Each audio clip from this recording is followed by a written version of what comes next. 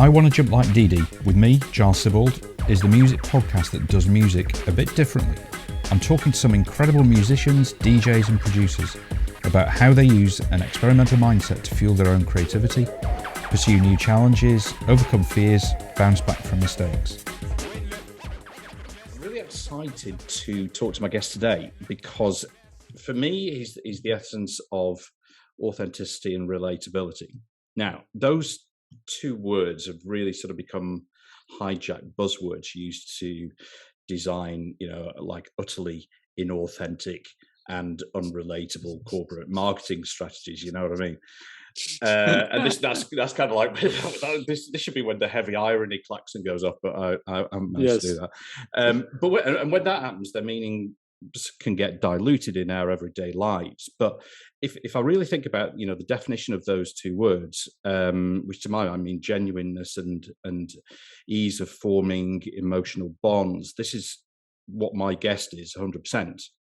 Both in how he expresses himself inside and outside of his music, which sound-wise is this really kind of eclectic mix of ever-evolving influences, and delivered with this sort of really kind of beautiful brevity, and all of this really is for for me is where kind of life begins. Anyway, I'm going to stop my pseudo-intellectual bollocks and just welcome Ron Gallo to the show and say thanks very much for coming on, Ron. That was a beautiful intro. Thank you for even letting me be a part of it. Oh, hi. No, it's all great. Hi and welcome. So what I mean, you're in Italy at the moment, like we were just sort of saying before, kind of before we started. What's been sort of happening for you, in the last kind of year or so, I suppose, year two, however long. Mostly a variety of existential crises. Most days wake up on a roller coaster, questioning everything, the future, myself, what I'm doing. Yeah. Does anything matter? Yes, it does. And then just sort of, that's honestly what I've been up to. Yeah. Probably 85% of the time, but the other 15%, I spent a good portion of the winter in the house in Philly, finishing a record, which I'm almost done and really excited about, because I feel like moving back to Philly and going through a brutal winter there was kind of necessary for me to get back to sort of my creative roots in a way. I feel like I've jumped all over the place for the last 3 or 4 years, and the last year, as heavy as it's been, mentally challenging, I feel like I've come out on the other side of something, as remembering kind of where I came from and why I create and what the purpose of it is. So,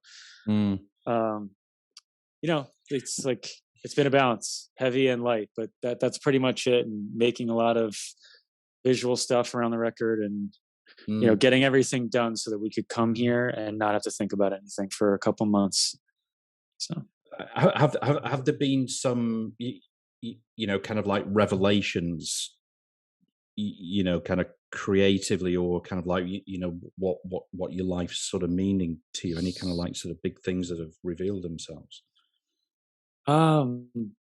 Yes, definitely. One of the biggest ones, more just from a human life standpoint, is that just trying to be more present, which I know is kind of like the becoming almost like a popular, the whole mindfulness thing. But I think just waking up every day and just sort of taking account of like everything that is good and okay and in its right place at the time, because I feel like mentally in the States, everything that's gone on globally, but especially in our country, has just been so chaotic if you're somebody that gives a shit. And so one of the biggest practices is like, okay, like we have food, we have roof, we have everybody's okay. Just taking account of those things is really helpful. It kind of like brings you back down to earth. And creatively, the biggest realization that I've had is kind of like I was saying before, remembering my purpose for creating music, which Yeah. is was never for music's sake. And this project started with kind of using music to challenge everything that I think is wrong with humanity and the world. Mm. And I feel like I got a little bit away from that or got a little esoteric. But with this record that I'm kind of finishing now, I'm like, I'm having so much fun because here I am again challenging, and there's a lot to talk about. Mm. And I feel like that was the biggest breakthrough for me, is being like, this is what you're supposed to be doing. You're not supposed to be Yeah. like jumping all over. Like this is where you're supposed to be, and feel Mm. good to be back there. I think that, I mean, that sounds great, and I know that, you know, from what I've read, that you're a, you know, you're a big sort of proponent of Eckhart Tolle, you know, Oh yeah. and his teachings. And actually, a really good friend of mine is in the same, has got the same views as you on him as well, and he's been a kind of like a real sort of revelation Mhm. in terms of that, you know, what goes on in your mind, and you know, the whole kind of like sort of reality versus unreality, you know, and Yes. that sort of thing. And perhaps, I mean, I wonder that, you know, sort of pre sort of lockdowns, that we just, yeah, we kind of lost sight for whatever reason, because lives are so busy, and you blah blah blah, you don't really have the time. You know, we think we have the time, but the reality is that we don't use it well. But, you know, lockdowns, you kind of have to, you know, and Right. obviously, I know I don't want to sort of dwell on COVID sort of too long, but you know, it really has been a chance to, you know, think, okay, well, what really matters, you know, what is the purpose? Yeah. I mean, it's been plenty of time to sit back and think, and that's why, I say existential crisis, because in the normal flow of life pre pandemic, it was too distracted to take account of what is actually happening in the world Yeah, and in life. And then suddenly you're greeted with all this open space and you have no choice but to face it. yeah, And I think we've realized that a lot of the things that are considered normal with the way we approach lifestyle and the mm, way that we're all living, and especially in terms of work and productivity in America, especially, I mean, yeah, this is not really conducive to being alive, or mm, certainly like the purpose of living. And mm, so, yeah, I mean, Eckhart Tolle was, a few years back, I was definitely on a very intensive inward journey, and yeah, he, after reading a lot of different things and listening to a lot of different things, he was the first person, because a lot of those teachers are saying the exact same thing. It's about what language hits you personally. And he yeah, was the one where I had a moment while I was reading a book where it just hit me the way that it was worded, and I was like, oh, it all makes sense now. And it was so much about the relationship to your own mind, mm, not being your thoughts. And what the craziest thing about that is, it's so obvious, and I've never thought about it until I read it in a sentence. And then the more time I've dwelled on that, I think that the relationship between human beings and their own mind is pretty much the source of all of the issues that exist in the world. Is yeah, something, it can be stemmed back to just that. I agree. uh, and that's incredible to me, Yeah. how it's reduced to this very simple thing, and so it gives you something to focus on and work on. I totally agree with you. I mean, I think I'm a sort of big believer that, um, you know, something like emotional intelligence is just like, but basically kind of like the crux of, you know, where we kind of start in life. And it's not, it's, you know, so things like self-awareness, self-acceptance, so, you know, sort of how you interact socially. I mean, they're not taught, you know, to anybody. You know, they're not. I Right. mean, and to my mind, they should really. I remember talking to a pediatrician.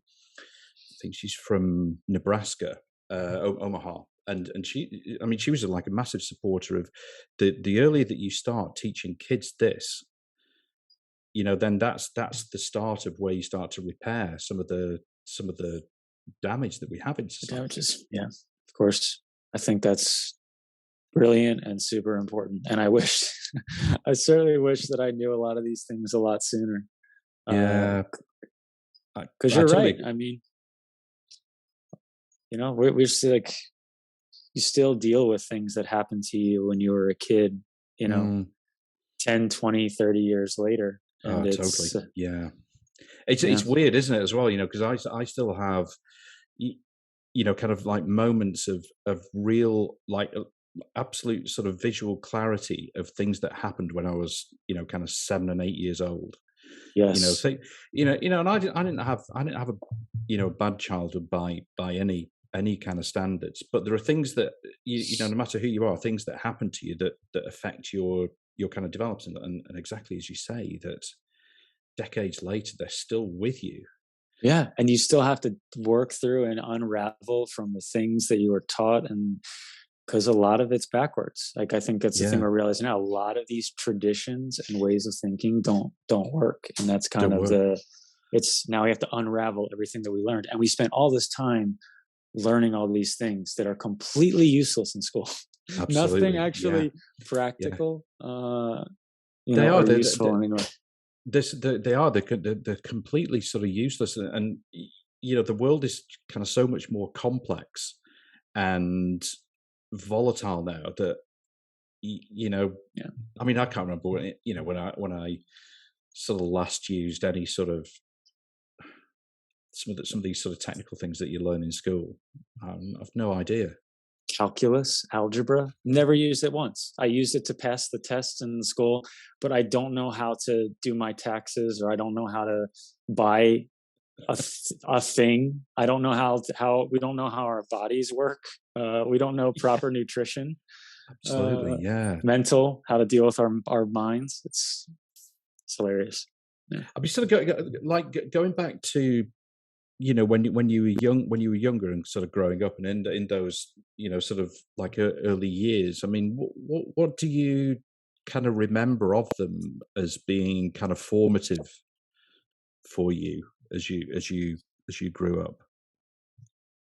Honestly, age 0 through 14 is like all one year to me. I couldn't tell you the difference between those ages. It's like chapter 1 and 2. I can't, for example, when you said you remember things from 7 and 8, that's amazing to me, because 7 and 8 could just as easily be like 3 or 4 or 10 or 12. Like, it's like all one era to me. But I have some random images that have always stuck with me. Like, sometimes I remember things that I learned in school, like really dumb facts, or I remember, like the last house that we lived in before we moved back to New Jersey when I was really young. I remember when my parents told me they were getting divorced, and I threw a glass at the kitchen cabinet. I remember these things, these kind of like pinnacle, like these landmark moments, but a lot of it's really nothing.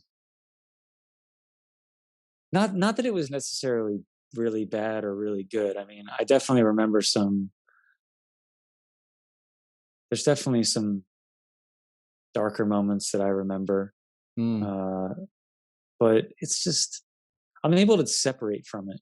Yeah. It doesn't feel definitive or anything. It's just like you get these little images like, okay, yeah, it doesn't exist anymore. But I don't know, it's a blur. What sort of kind of friends or sort of scenes did you kind of like gravitate towards? What sort of things really kind of like interested you?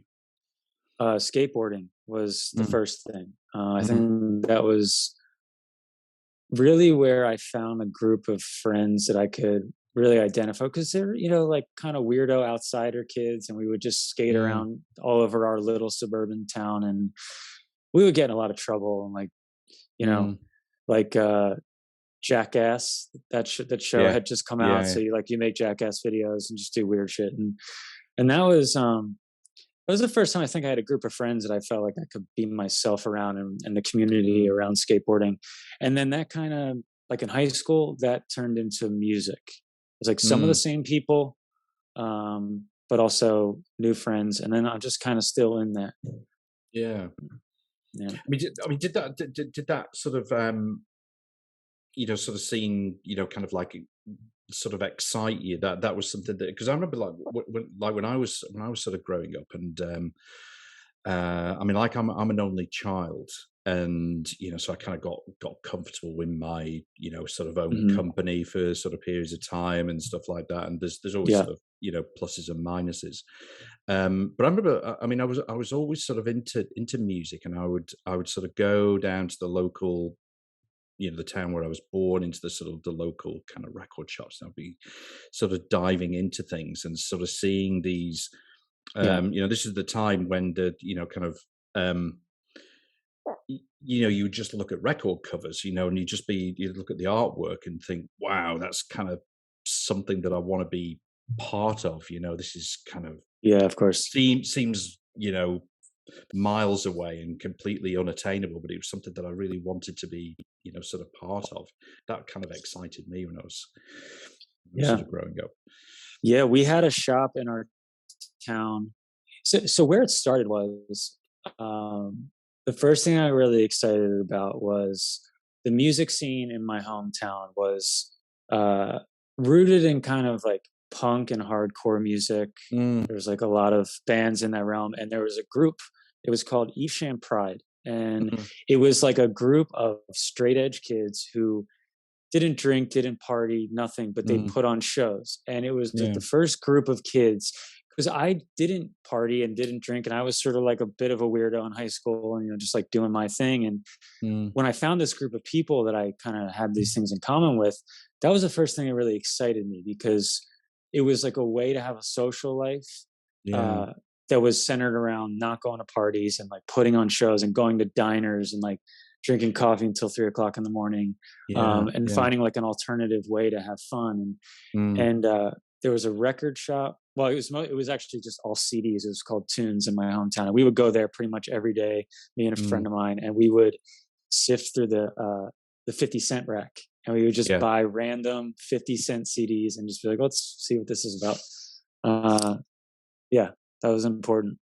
Yeah, I mean, it's interesting, isn't it, that how to, from you sort of, from a sort of mindset perspective about having the um ability to kind of think a little bit sort of outside the box about how you create your own entertainment when you're straight edge, when you don't kind of drink, because a lot of kind of culture in the in the US, same in the UK as well, is when you grow up is kind of like around drinking, Of course. drinking, sort of taking drugs, blah blah blah, and all that kind of stuff. And if you don't do that, if that's not who you are, you're kind of like, okay, what do I Yeah. do? But in a way, it makes you think, kind of like your adaptability. You must think a little bit differently, which I think is Of the course. positive thing to kind of take out of it. Yeah, I mean, you have to, you really start to know what you really like in life, Yeah. because a lot of it's not centered around, these sort of fleeting groups of people that you gather at the bars and stuff, which is like a life I've also lived at some point later on, where Yeah. you had, friends, and you bond over drinking and stuff like that. Mm, Uh, but when you remove it from the picture, you're like, I actually don't really like these people. I don't really like these places. And I feel like I'm yeah. just kind of wasting my time. And Mm, yeah, it makes you challenge yourself and think like, I have to get more creative with how I want to spend my time more meaningfully. I think it's great. So much better. I mean, and once you go that way, I mean, I see no reason to go back. I don't miss that at all. yeah. Because I guess there's still a lot of kind of societal pressures, and to conform, and to, Yes. well, why don't you kind of like hang out with that group, they're doing all this, and it's like, well, that's not who I am, Right. and we're kind of not really good at kind of providing a sort of safe environment for people who don't want to do those sort of things. It's kind Right. of like same with sports. If you're not into sort of particular sports, it's, okay, what am Right. I going to do, where do I belong? Yeah. Where do I belong? Well, this is it. Yeah, it's kind of like you know, kind of finding your people, isn't it? So, Well, yeah, it's like a filter. You really figure out the people that you belong with and how you want to spend your time, and it's the best. It's the only way to find out, I think. It's good. have you sort of found your, you know, kind of identity? I mean, this may be a massive question, but you know, how have you sort of found your identity changing over the years? I don't know if it's even possible to answer that or to talk about that. Um, I'm definitely sort of a chameleon. I absorb a Mm, lot and get really into certain things, and then I kind of become those things, and then I drop it, and I'm on to the next thing. And that's the only guidestone I have for mm, how to kind of try to be myself at any given moment in time, is like acknowledging that it's not just one thing, and it mm, is ever changing. And that's just a big part, I guess, of my personality. Whether it's getting into certain colors or certain music or certain mm, ways of doing things, and you get really, really in, and you're like, oh, okay, well, I'm kind of on to the next now. And that's, to me, that's like the only guidestone I have, is not being attached to like, you do this and are this at all times. Because I just don't mm, think I don't really know if that's how people naturally are. I think that we're mm. very, at least I am, kind of all over the place and ever changing. So I think lifestyle. I mean, I wonder if there is a sort of generational thing as well. Because I mean, if I think about my parents. I mean, I'm in my early 50s now. My parents were born like in the sort of the 30s, and you know, their sort of lifestyle was the tradition, and mine was.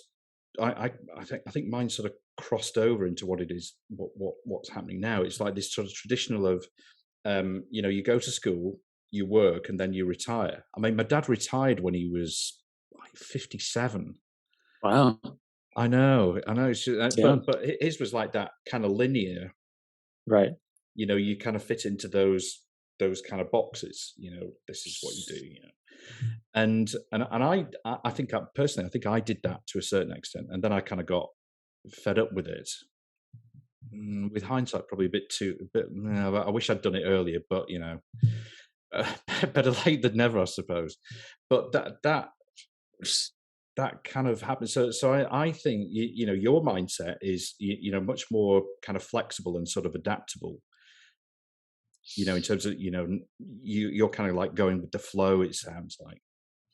yeah. I mean, I am, well, for better or for worse, was always rebellious against every single thing when I was younger. So it was Right. like, if Yeah. my Yeah. parents told me to do something, I would do the exact opposite. If a Oh, teacher, wow. like, just Amazing.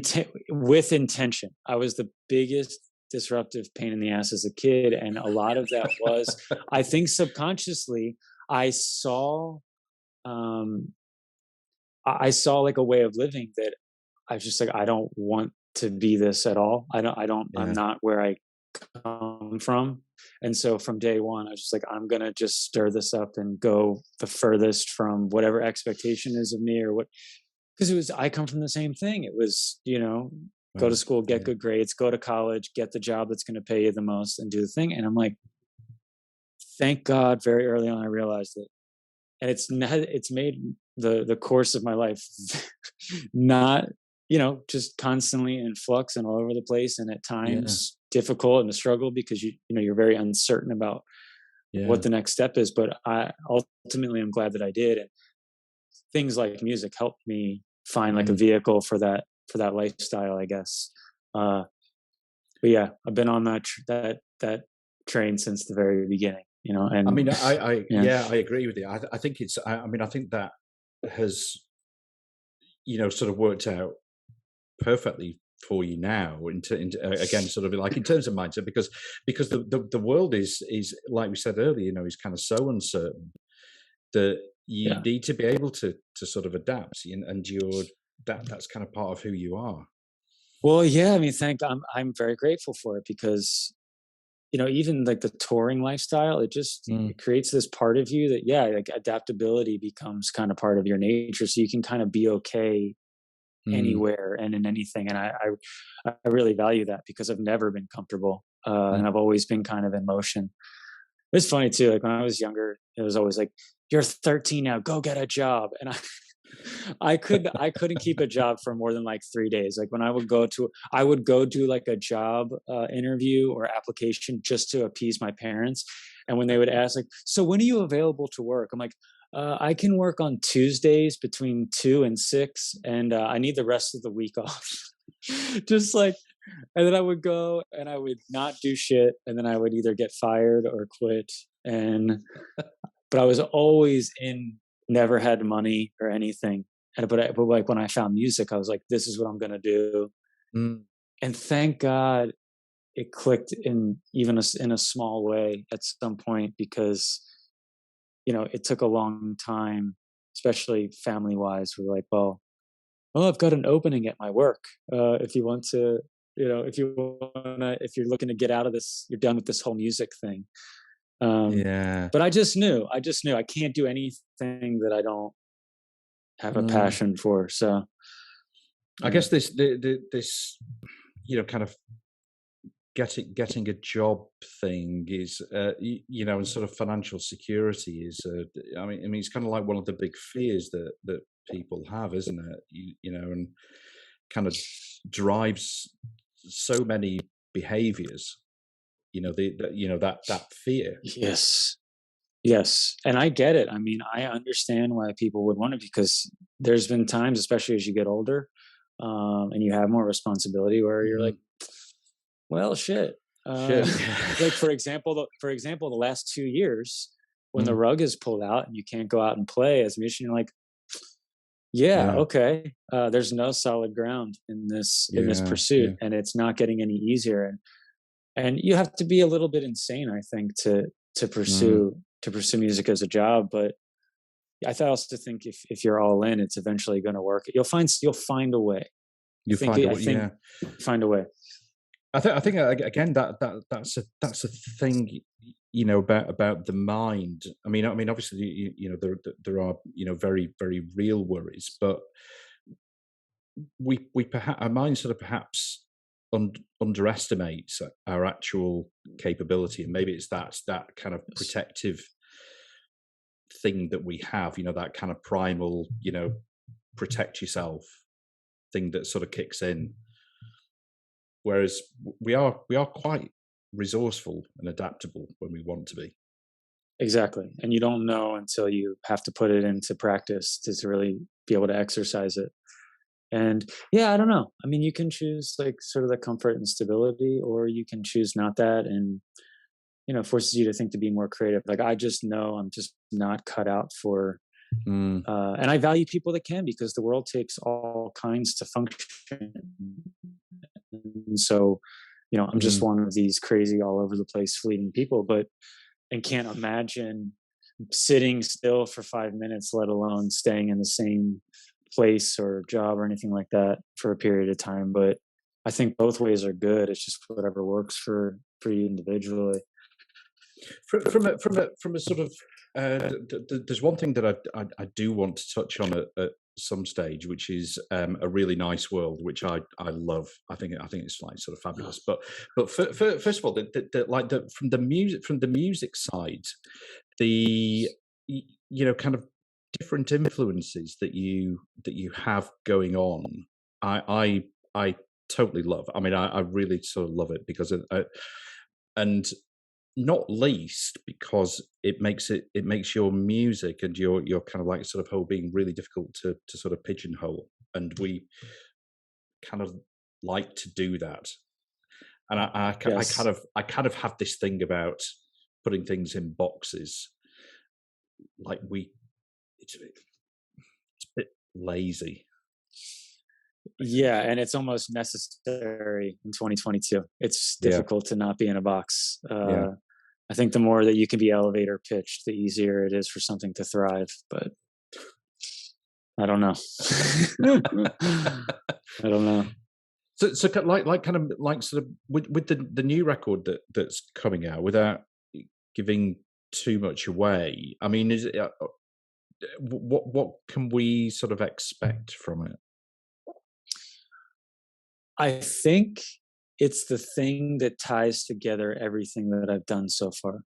Mm, Which a couple people that have heard it have kind of said that, and it was nice to hear and kind of validating because yeah, uh, you know, I've almost created almost like a triangle of influence with everything I've done. They're almost all completely different, and then yeah, so this is probably in the center. I think that there's going to be a little bit from each record, mm, all melted together.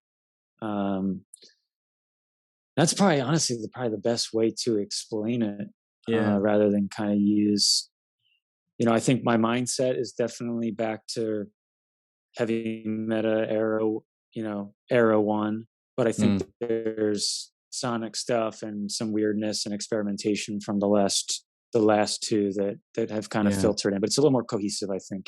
mm, And just like writing songs, remembering the importance of song structure and the words and the message being like the number one thing, and mm, you know, not being afraid of like the noise and the fuzz guitar and the guitar yeah, playing, which I even got away from a little bit from the last record.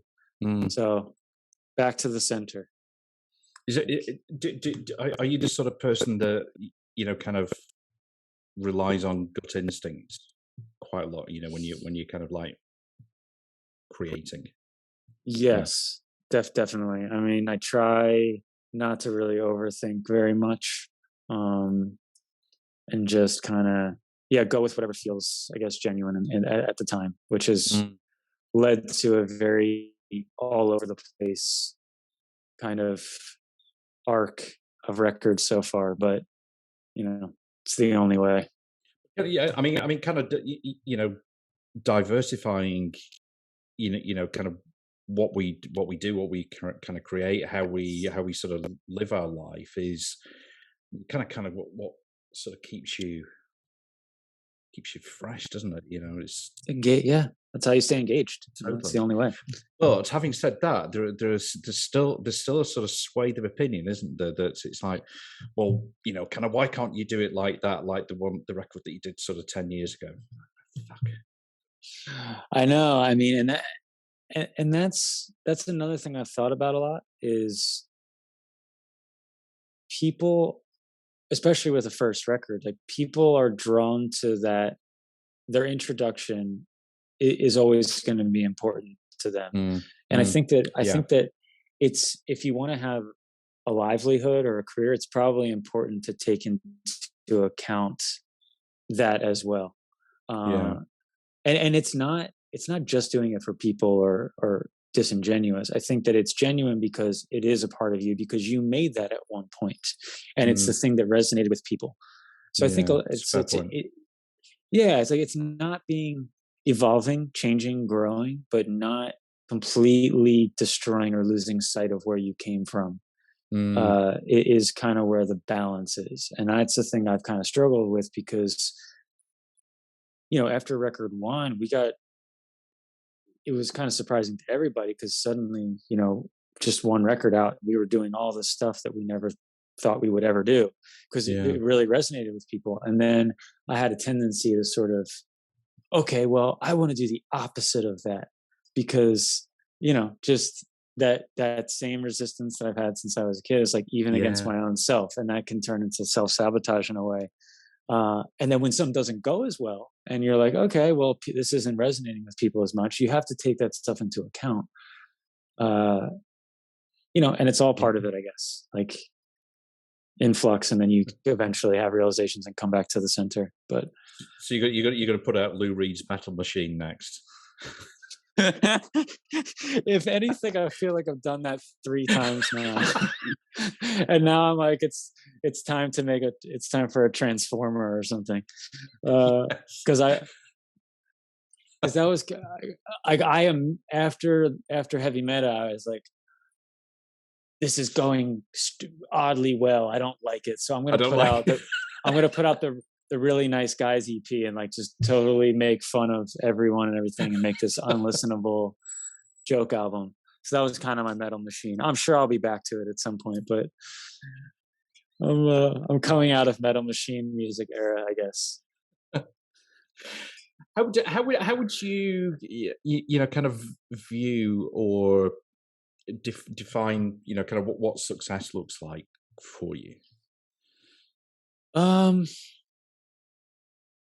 Like 5 Bentleys, couple private jets. Yeah, No, yeah. I thought you were going to say that.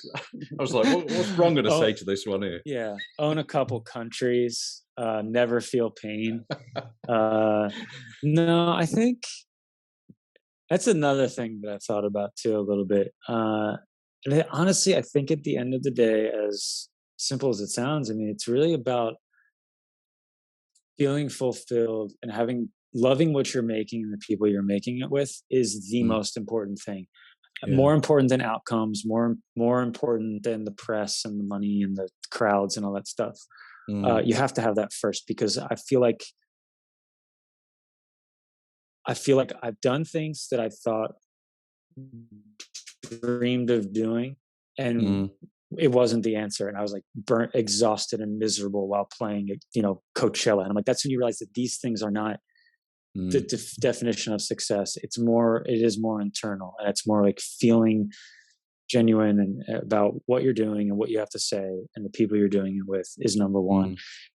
And now it's like, if with this record, if we can go back and do some of those things and be in a good headspace and not killing ourselves on the road 200 days a year, and play to a nice packed room and revisit some of the festivals and have the music resonate with people. There's been kids that have written me like long letter emails basically telling me that a song of mine made them not kill themselves. That's more of a thing, a guide to success to me than probably the other stuff. But yeah, if a good balance between all of it. But I don't think it's all about numbers and all that stuff. It's just creating a nice flow. You're like, oh, we're busy, we're doing things, we're playing, people are coming, and the music is meaningful to people, and that's it on whatever scale. We do. Yeah, you're right. I mean, we do get kind of like a bit too concerned about outcomes and things like that. I remember, I'm part of an arts lab. It's like a sort of counterculture arts lab, and there was a sort of bunch of us formed it. And now we do a magazine, and one of the founding members is Youth from Killing Joke, and he's an artist as well. So he sort of paints and stuff. And one thing that really sort of struck me when he sort of first said, about when you kind of start, we were talking about kind of like painting, but he said, one of the first things you need to do is call yourself an artist. It doesn't matter how good you are, what the artist, it's that getting into that mindset that you are an artist, and then you just create and let it all kind of flow from there. It's not about the outcomes. Yeah, and that is 100% agree with that. I mean, every time that I've gotten concerned too much with outcomes or get down on myself because you feel like things aren't going the way that you want them to, or you comparing yourself to other people, every time I've just shut up and like put my head down and focused on, let's just record more music. Let's make more songs. Let's make things. You immediately remember that is the joy in all of it. And it makes you care. You don't care about any of the outcomes when you're fulfilled by the creativity. Yeah. And that, very simple, but very important thing to remember. Yeah. So going back to really, really nice world, which I think you started that in sort of lockdown, if I'm not mistaken. What I mean, maybe just for those who maybe don't know it, if you could explain a bit about it, but also kind of like what that what that did for you sort of personally, setting that up and going through it.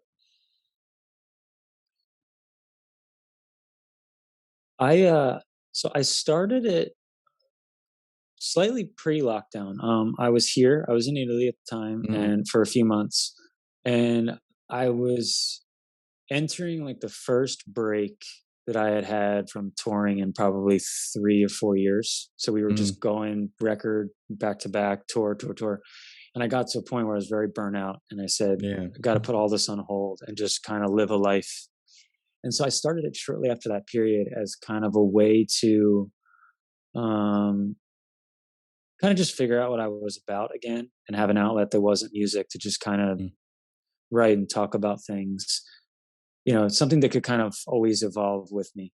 And that's where Yeah. it started. And then when lockdown hit, had all this time, I was like, well, I should really lean into this now. And then I turned it into like a digital festival in the very Yeah. like March 2020, that ran for 9 weeks. It was kind of like a way to entertain ourselves during the lockdown period. And then I kind of launched the clothing part of it a little bit later.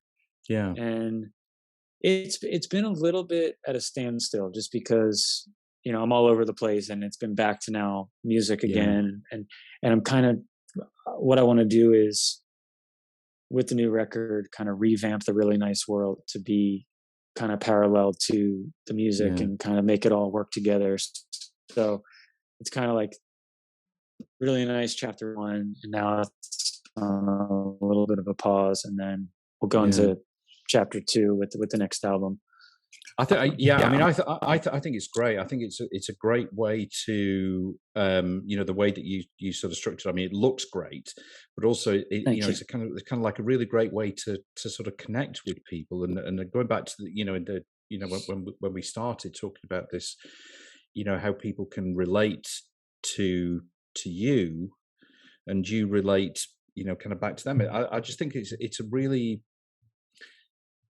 just like a really sort of powerful thing to do. I know that you kind of started it, in that sort of time, sort of a couple of years, 2-3 years ago. But I think it's, I just think it's really sort of relevant, having these kind of conversations, you saying how you feel, and people can then kind of say how they're feeling. The kind of clothing element is really good. I'm really excited for how that might evolve. Yeah, I really appreciate that. It's especially over the last couple of years. I mean, especially not being on tour all the time, it's like I'm really much less a musician, more just a person now. So why not? That's why I started some of those interview series just with random people online, not necessarily artists or people that would, but just people that work in the medical field, or people that whatever, just from all different walks that don't normally get to do interviews, but just I should interview them because their life is probably more interesting than mine. And I'm the one that, that artists are always the ones being interviewed. So it's like, let's flip the script. And then you find out that everybody's going through very similar things and thinking about similar things and have interesting stories to tell. And, just bring it all back to like a human ground level. I think that's like the biggest point of that whole thing. So there's an organization which I think started in Denmark called the Human Library, and it's a similar sort of thing, but basically it's it's getting people to sort of talk to each other, but it's basically the library is full of, as they call them, books, but the books are people, and they and can the people with from sort of communities that